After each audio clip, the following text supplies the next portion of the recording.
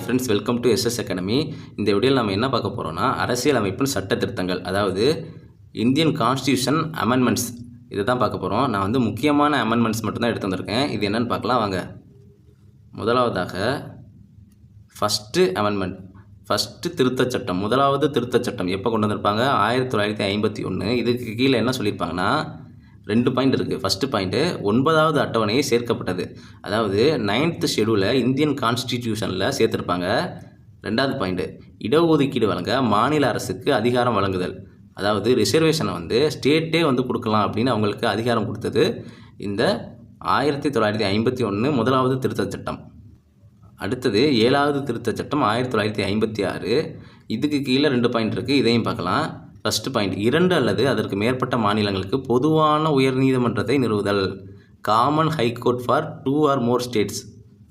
அதாவது எடுத்துக்காட்டுக்கு பார்த்தோம்னா, நம்ம மெட்ராஸ் ஹைகோர்ட் இருக்குல்ல, இது வந்து நம்ம தமிழ்நாட்டுக்கும் புதுச்சேரி ரெண்டையுமே கவர் பண்ணும். அதே மாதிரி கல்கத்தா ஹைகோர்ட் இருக்குல்ல, அது வந்து வெஸ்ட் பெங்கால் ப்ளஸ்ஸு அந்தமான் நிக்கோபார். இது மாதிரி 2 அல்லது அதற்கு மேற்பட்ட மாநிலங்களுக்கு ஒரே காமன் ஹைகோர்ட் வச்சுக்கலான்னு சொல்கிறது தான் இந்த 7வது திருத்தச் சட்டம். அடுத்தது 2வது பாயிண்ட்டு மாநிலங்களின் மறுசீரமைப்பு. ஸோ 2 பாயிண்ட் பார்த்துக்கோங்க 7வது திருத்தச் சட்டத்துக்கு கீழே. அடுத்தது 9வது திருத்தச் சட்டம் 1960. இதுக்கு கீழே என்ன சொல்கிறாங்கன்னா, மேற்கு வங்கத்தில் அமைந்திருக்கும் இந்திய ஒன்றிய எல்லைக்குட்பட்ட பெருபரி பகுதி பாகிஸ்தானுக்கு விட்டு கொடுக்க ஏற்படுத்தப்பட்டது.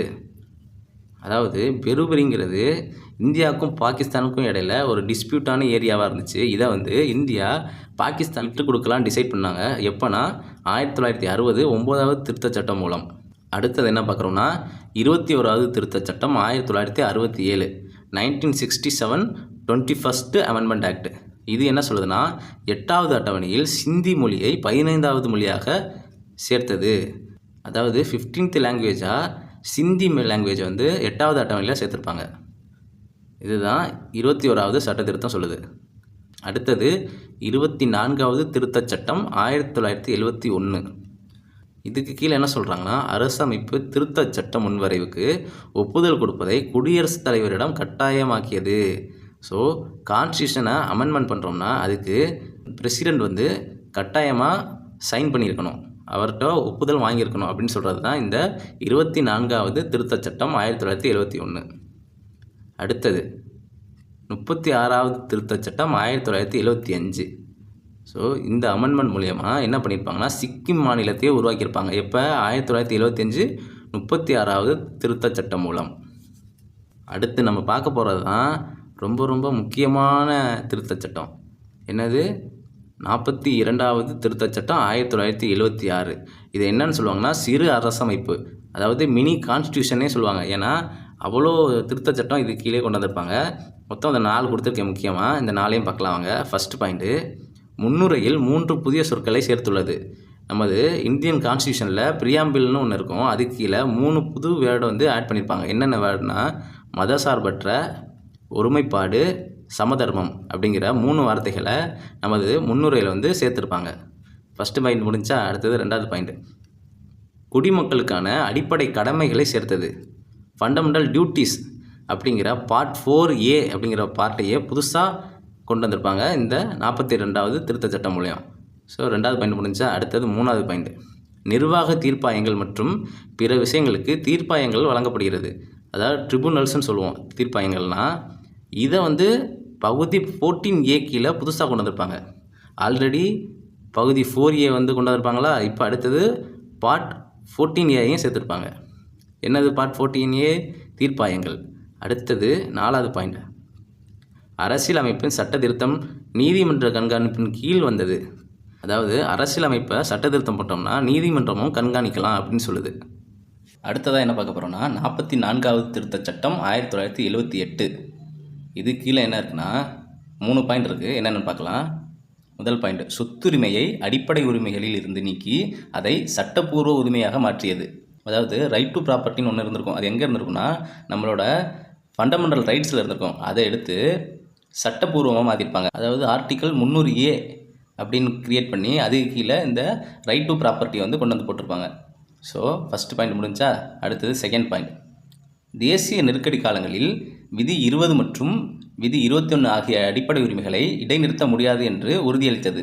அதாவது தேசிய நெருக்கடினா உள்ள எமர்ஜென்சி பீரியட் இருக்குல்ல, அதாவது நேஷ்னல் எமர்ஜென்சி விதி 352 மூலமாக இந்தியாவில் நேஷ்னல் எமர்ஜென்சி கொண்டு வரலாம், தேசிய நெருக்கடி நிலையை கொண்டு வரலாம். அப்படி கொண்டு வரும்போது நம்ம அடிப்படை உரிமையில் இருக்கிற விதி 20ஐயும் 21ஐயும் தடை செய்ய முடியாது அப்படின்னு சொல்கிறது தான் இந்த 2வது பாயிண்ட். அடுத்தது 3வது பாயிண்ட் என்னென்னா, முன்பு தேசிய நெருக்கடியில் ஆயுதம் தாங்கிய கலவரம் என்ற வார்த்தைக்கு பதில் உள்நாட்டு குழப்பம் என்ற வார்த்தையை மாற்றியது. அதாவது தேசிய நெருக்கடி கீழே ஆயுதம் தாங்கிய கலவரம் அப்படின்னு ஒரு வார்த்தை இருந்திருக்கும், அந்த வார்த்தையை எடுத்துகிட்டு உள்நாட்டு குழப்பம் அப்படின்னு மாற்றிருப்பாங்க. மொத்தமாக 3 பாயிண்ட் இருக்குது, 3 பாயிண்ட்டையும் பார்த்துக்கோங்க நல்லா.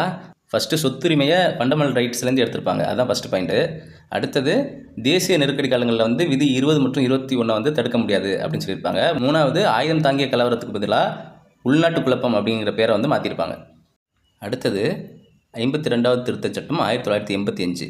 இது கீழே என்ன சொல்லியிருப்பாங்கன்னா, கட்சி தாவல் தடை சட்டம் 10வது அட்டணை சேர்க்கப்பட்டது. அதாவது எலெக்ஷன் முடிஞ்சதுக்கப்புறம் ஒரு கட்சியில் இருக்கிறவங்க அடுத்த கட்சியில் தாவக்கூடாது, அடுத்த கட்சிக்கு போய் சேரக்கூடாது அப்படின்னு சொல்கிறது தான் இந்த 52வது திருத்தச் சட்டம் 1985. இதன் மூலயமா 10வது அட்டவணைங்கிற ஒரு அட்டவணையை ஷெடியூலையே புதுசாக நம்ம இந்தியன் கான்ஸ்டியூஷனில் சேர்த்துருப்பாங்க. அடுத்தது 61வது திருத்தச் சட்டம் 1989. இதில் என்ன சொல்லியிருக்காங்கன்னா, வாக்களிக்கும் வயது வந்து 21லேருந்து 18ஆக குறைக்கப்பட்டது. இப்போல்லாம் நம்ம எலெக்ஷனில் வந்து ஓட்டு போடணும்னா நம்மளுக்கு வயசு வந்து மினிமம் 18 இருந்தாலே போதும். ஆனால் 1989க்கு முன்னாடி 21 வயது வந்து கம்ப்ளீட் ஆகிருக்கணும். அதை தான் இந்த திருத்தச் சட்டத்திலேருந்து மாற்றிருப்பாங்க. 21 வயசுலேருந்து 18 வயசாக அதை கம்மி பண்ணியிருப்பாங்க. அடுத்தது 65வது திருத்தச் சட்டம் 1990. இதுக்கீழே என்ன சொல்லியிருப்பாங்கன்னா, பட்டியல் இனத்தவர் எஸ்சி மற்றும் பழங்குடியினர் எஸ்டி ஆகியோருக்கு தேசிய ஆணையம் அமைத்தல், national commission for SC and ST.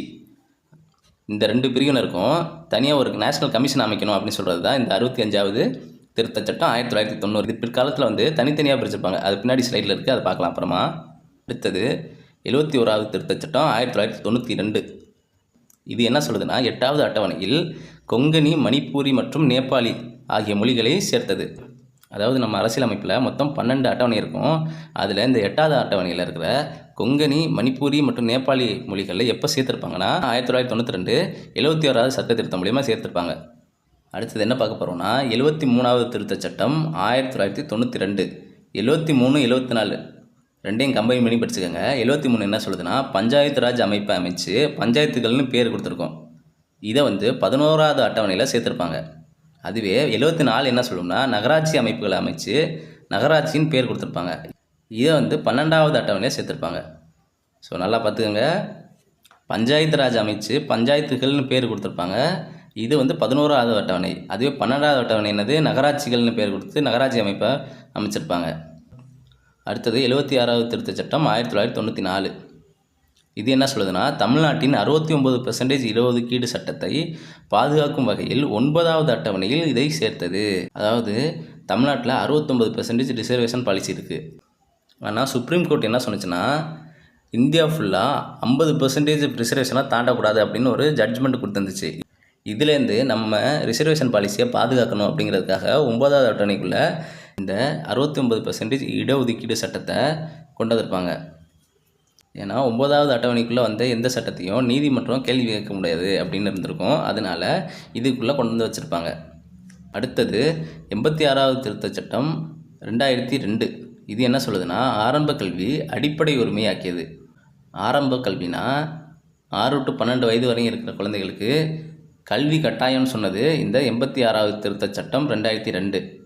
அதே மாதிரி இதை வந்து அடிப்படை உரிமை 21A சேர்த்துருப்பாங்க. இது 86வது திருத்தச் சட்டம் 2002 என்ன சொல்லுது, ஆரம்ப கல்வி வந்து அடிப்படை உரிமையில் சேர்க்கணும் அப்படின்னு சொல்லியிருக்கு. அடுத்தது 89வது திருத்தச் சட்டம் 2003. இதில் என்ன சொல்லியிருப்பாங்கன்னா, தாழ்த்தப்பட்டோருக்கு தனியாக ஒரு தேசிய ஆணையம், நேஷ்னல் கமிஷன் ஃபார் எஸ்சி. அதே மாதிரி பழங்குடியினருக்கு தனியாக அமைக்கணும், national commission for ST. Already நம்ம பார்த்துருப்போம், இது ரெண்டையும் சேர்த்து ஒரே அமெண்ட்மெண்ட்டாக சொல்லியிருப்பாங்க. இப்போ என்ன பண்ணியிருக்காங்க, அது ரெண்டையும் தனித்தனியாக பிரிச்சிருக்காங்க. 89வது திருத்தச் சட்டம் 2003 என்ன சொல்லுதுன்னா, நேஷ்னல் கமிஷன் ஃபார் எஸ்சிக்கு தனியாகவும் அதே மாதிரி நேஷ்னல் கமிஷன் ஃபார் எஸ்டி அப்படின்னு ரெண்டுக்கும் தனித்தனியாக பிரிச்சிருப்பாங்க. இதுதான் இது சொல்லுது. அடுத்தது 92வது திருத்தச் சட்டம் 2003. இது என்ன சொல்லுது, 8வது அட்டவணையில் போடோ, டோங்கிரி, மைதிலி மற்றும் சந்தாலி ஆகிய 4 மொழிகளை சேர்த்தது. ஆல்ரெடி ஒரு 3 மொழியை சேர்த்துருப்போம். என்னது? கொங்கணி, மணிப்பூரி, நேபாளின்னு ஒரு 3 மொழியை சேர்த்துருப்போம்.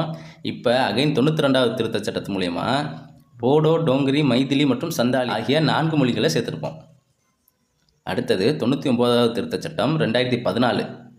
இது என்ன சொல்லுதுன்னா, தேசிய நீதிபதிகள் நியமன ஆணையத்தை உருவாக்கும் நோக்கத்தோடு கொண்டு வரப்பட்டது தான் இந்த 99வது திருத்தச் சட்டம் 2014. அதாவது NJACன்னு சொல்லுவாங்க, நேஷ்னல் ஜுடிஷியல் அப்பாயின்மெண்ட் கமிஷன்.